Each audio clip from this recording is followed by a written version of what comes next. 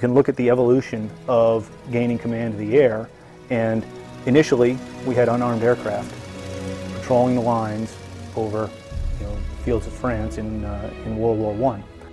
One day, some intrepid young officer, flyer, went up there with a gun. The beginnings are really in World War I, and both sides had ideas about how to gain control of the airspace over the front, and they tried different things.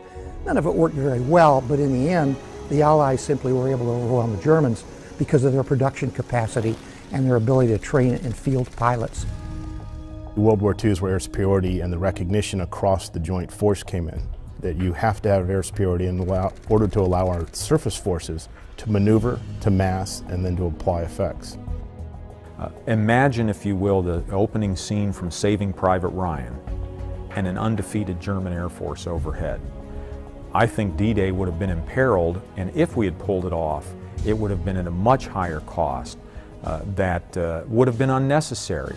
My preference is that we don't allow anybody to inflict that on us. So I think in the popular mind, it goes unremarked. Nobody says, hey, there's no German Air Force in Saving Private Ryan. That's exactly right. There's no German Air Force because we took care of it ahead of time. Since then, when we talk historically, the Korean War was probably the last example where our ground forces faced an attack by a hostile air-breathing platform. And it was in the skies over North Vietnam where we last faced an extended struggle in the air for air superiority. We haven't had to do anything like that since. A key piece of air superiority is not only my ability to use the air, but my desire to keep the enemy from using the air. I don't have to use airplanes to do that. And you saw during Vietnam and through, particularly the Arab-Israeli War in 1973, the rise of integrated air defenses and their effectiveness against aircraft that are not equipped to counter that type of a threat. You get the Desert Storm and Desert Shield. The Iraqi Air Force only challenged us in 1991 on the first night of operations.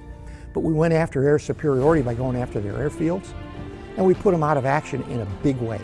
We used runway busters, we broke their hardened aircraft shelters, and if they came up, we shot them down.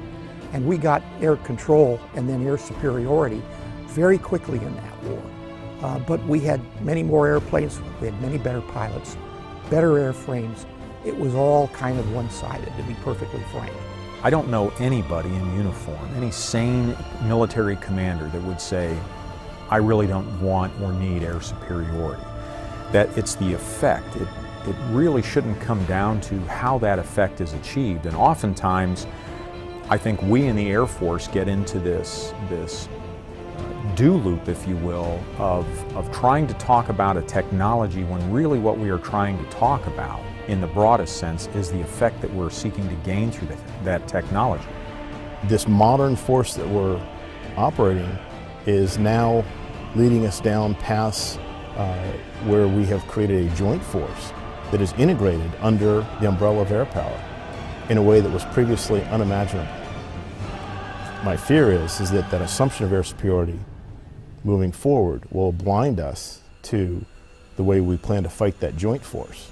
Air superiority is the first, in my mind, the first and most important part of integrating a joint force.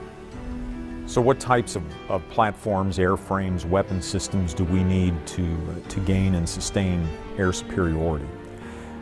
I think technology has evolved to the point now that many of the same platforms will be used in a host of other missions, but specifically for this mission, obviously you need agile, maneuverable aircraft. We'll call them fighters.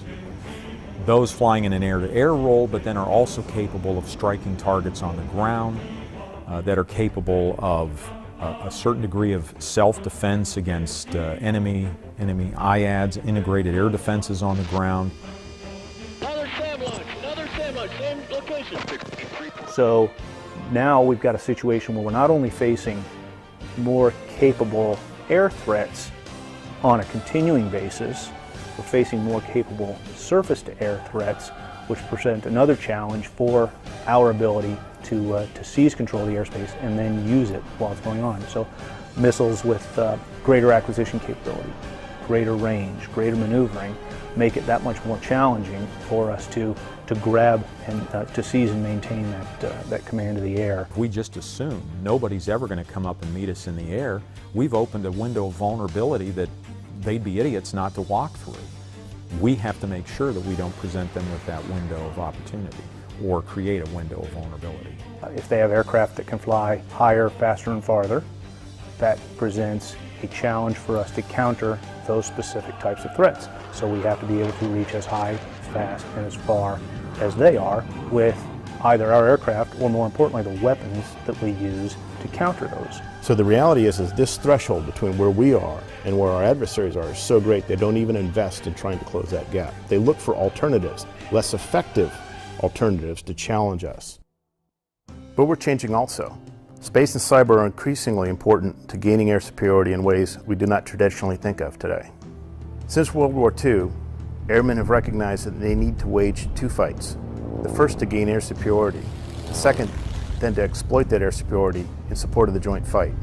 Although the joint fight is the #1 priority, sequentially, gaining air superiority must occur first.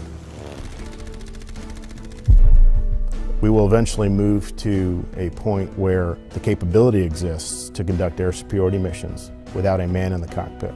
As machines get more and more complex and capable, what we actually do is we should design them so that they allow humans to leverage the specific capabilities that humans have and let machines leverage the specific capabilities that we can put in with machines. Technology is always a threat to anything you do militarily. You have to be able to try and find out everything you can about it before you have to face it. New weapon systems are always a threat, and you have to do the best you can to get in front of those things and know about them before you are confronted by them. So how do we integrate this notion of air superiority into a joint professional military education? I think is critical. At a tactical level, that may involve weapons and tactics and those kinds of things, but at the more senior level, at the strategic level, thinking about air superiority requires a longer view.